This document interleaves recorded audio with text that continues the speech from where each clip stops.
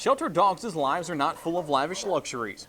There are no king-size beds to sleep on, no table scraps from dinner to scarf down, and there certainly aren't any plans to participate in the Westminster Kennel Club Dog Show. Best in Show, Westminster Kennel Club. These pooches are simply looking to survive and find a place to call home. Unfortunately, some shelters do have to make difficult life or death decisions.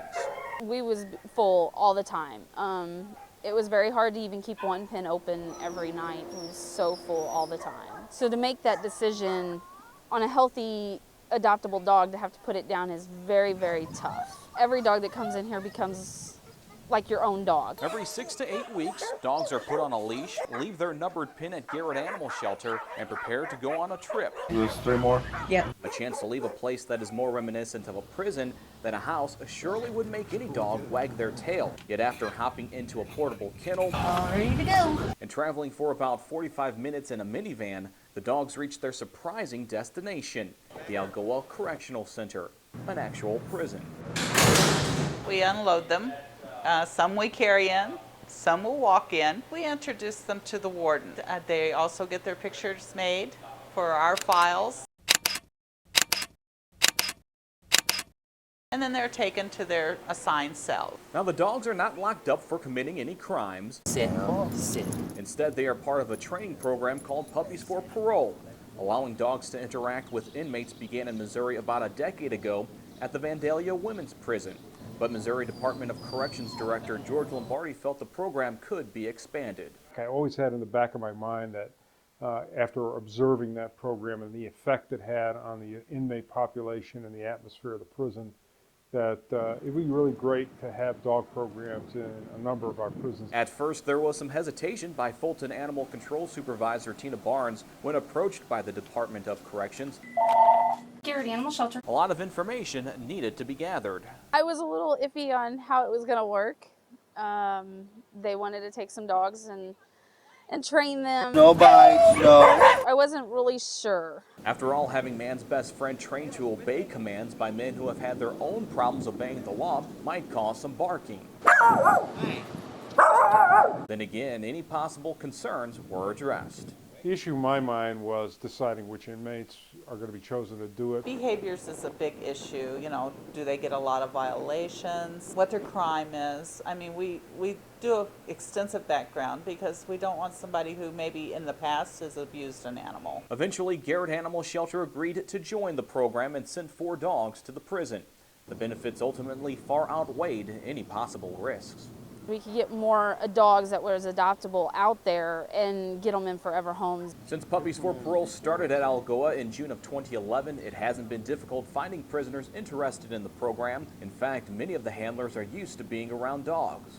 I've got 3 at home right now. My grandfather kept a good amount of dogs, and when he passed away, the dogs kind of died down in my life. I've trained hunting dogs, I've trained our house dogs at home, and I had an aunt that actually raised Scottish Terriers and trained them to be show dogs.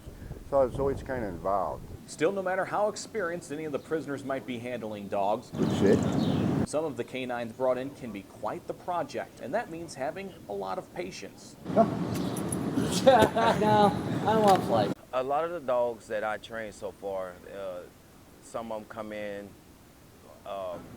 and they don't really have the training skills.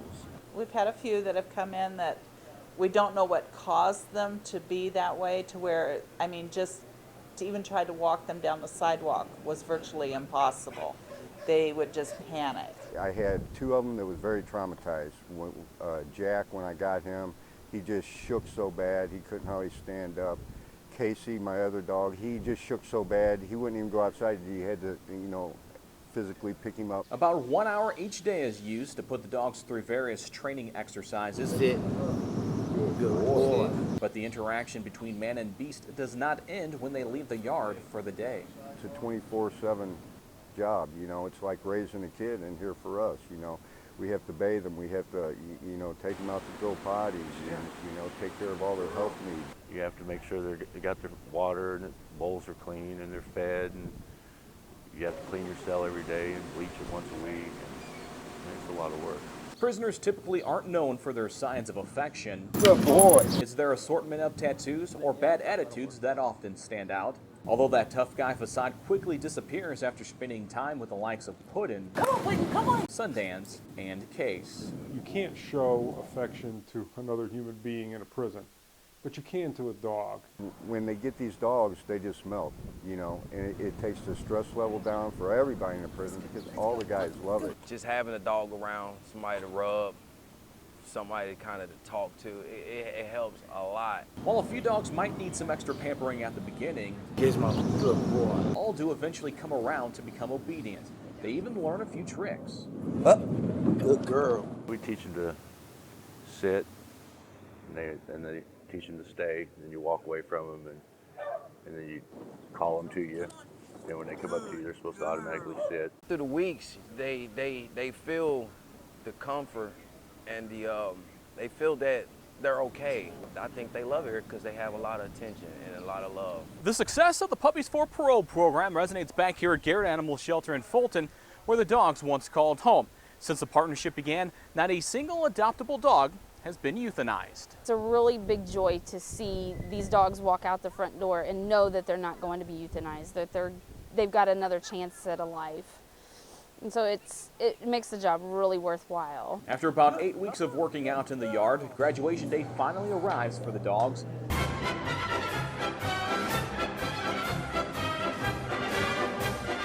The time of both great excitement and also some uncertainty. Who will be the dog's new handler? High five. Will the dogs be able to enjoy their favorite treats? It's also a day where the prisoners and staff have their emotions pulled in many directions. I like to, you know, turn the leash over, and I hate doing it. You know, I get upset every time because I grow to love these dogs. You know, each and every one of them. Each and every dog has their own personality. You know, they're all different, and you know, it's real hard to let them go. When we watch them at graduation, it's sad because we develop some sort of attachment to them. But however, it's also a happy day to see them with their families because their families are here when we pass the leash to them, and to watch them with their new owners. It's very rewarding. Every dog that has graduated from Algoa has found a new home. You're going to receive Gizmo. Some of the adopters learned about the available dogs by searching the DOC website, while others work at the prison. Even inmate family members have decided to adopt. Me and my wife were talking, and she said one day that she would like to have a beagle. And I'm at my desk, and one of the coordinators said they were getting a beagle today. I said, put me down for one. He's just so cute. He's got the cutest little face. He's just a little short and fat. As the former shelter dogs begin their new life, Nala loves to swim. the offenders begin to think about a new life outside of prison. And for some, that means staying involved with dogs. I'm really looking forward to maybe finding a job out at a dog shelter or something like that, because I actually like doing this now. I'm going to stay involved. You know, I have a lot of literature from back home, organizations that's back home. I've adopted my own dog. I was the first inmate here to adopt a dog. So I got Debo waiting for me at home. The prisoners' faces might change, the dogs' faces might change. What won't change at Algoa is the mission of the Puppies for Parole program. To save as many as we can. Here's to many more years. Algoa's Puppy for Parole.